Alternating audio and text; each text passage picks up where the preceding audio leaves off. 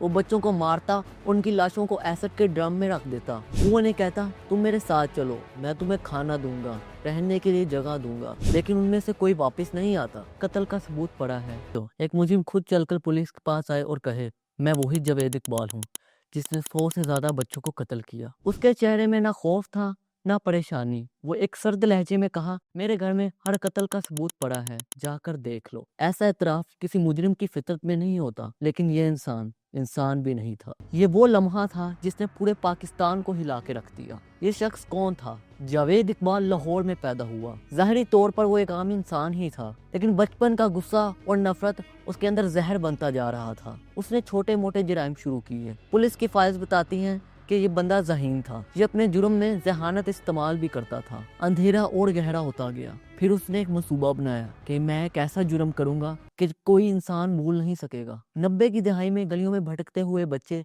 Boot polish करने वाले बच्चे, वो उन्हें कहता तुम मेरे साथ चलो, मैं तुम्हें खाना दूंगा, रहने के लिए जगह दूंगा। बच्चे मजबूर थे, वो उसके साथ चले जाते, लेकिन उनमें से कोई वापस नहीं आता। जावेद लाहौर के इलाके शाद बाग में रहता था। उसका घर देखने में तो एक मामूली सा घर था, लेकिन वो अंदर से जहन्नम था। वो बच्चों को मारता, उनकी लाशों को एसिड के ड्रम में रख देता। पुलिस की रिपोर्ट्स के मुताबिक उसके घर में 3 एसिड के ड्रम मिले जिनमें इंसानी बाकियात मौजूद थी। उसके घर में से तस्वीरें, डायरीज, कपड़े, वो सब डिटेल मिली जो उसने कत्ल में लिखी थी। कुछ बच्चे स्ट्रीट किड्स नहीं थे, कुछ बच्चे घर से नाराज होकर आए थे। जावेद इकबाल उन्हें ही वर्गलाकर अपने साथ ले जाता और उन्हें कत्ल कर देता। वालिदैन पुलिस से एक ही सवाल पूछते कि हमारा बेटा कहाँ गया। पुलिस के पास कोई जवाब नहीं था, क्योंकि असल कातिल बड़े सुकून से अपने घर में बैठा था। लेकिन एक दिन एक न्यूज़पेपर में एक खत मौसूल होता है जिसमें वो लिखता है मैंने 100 बच्चों को कत्ल किया है, मेरा नाम जावेद इकबाल है, पुलिस चाहे तो मेरे घर से सबूत उठा सकती है।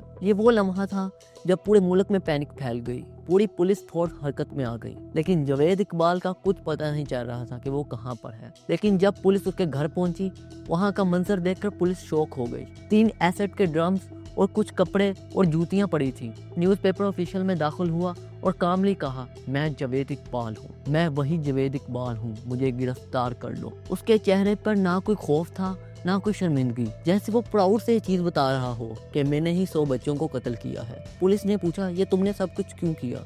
उसका जवाब था, उसने कहा माशरे ने मुझे तकलीफ दी, मैंने सोसाइटी को जवाब दिया, अगर मुझे मौका मिलता तो मैं 100 से ज्यादा बच्चे कत्ल करता। यह जुमला पूरी इन्वेस्टिगेशन टीम के लिए खतरनाक था। अदालत में जावेद इकबाल बड़े आराम से खड़ा था। उसके चेहरे पर एक अजीब सा सुकून था। जज ने उससे पूछा तुमने 100 बच्चों को कत्ल किया है? उसने कहा हाँ, मैंने 100 बच्चों को कत्ल किया है। जज ने उसे 100 बार फांसी की सजा सुनाई, यानी वही इंजाम जो उसने बच्चों के साथ किया था। और फिर अचानक एक खबर आई कि जावेद इकबाल अपने जेल में मुर्दा पाया गया है। कुछ पता नहीं चला कि वो कैसे बढ़ा, लेकिन हकीकत आज भी बहस का मौजू बनी हुई है कि जावेद इकबाल कैसे पुलिस स्टेशन के अंदर मारा गया। कुछ लोग कहते हैं वो खुद मरा, कुछ लोग कहते हैं उसने सुसाइड किया, लेकिन हकीकत अभी तक किसी को पता नहीं है कि वो कैसे मरा।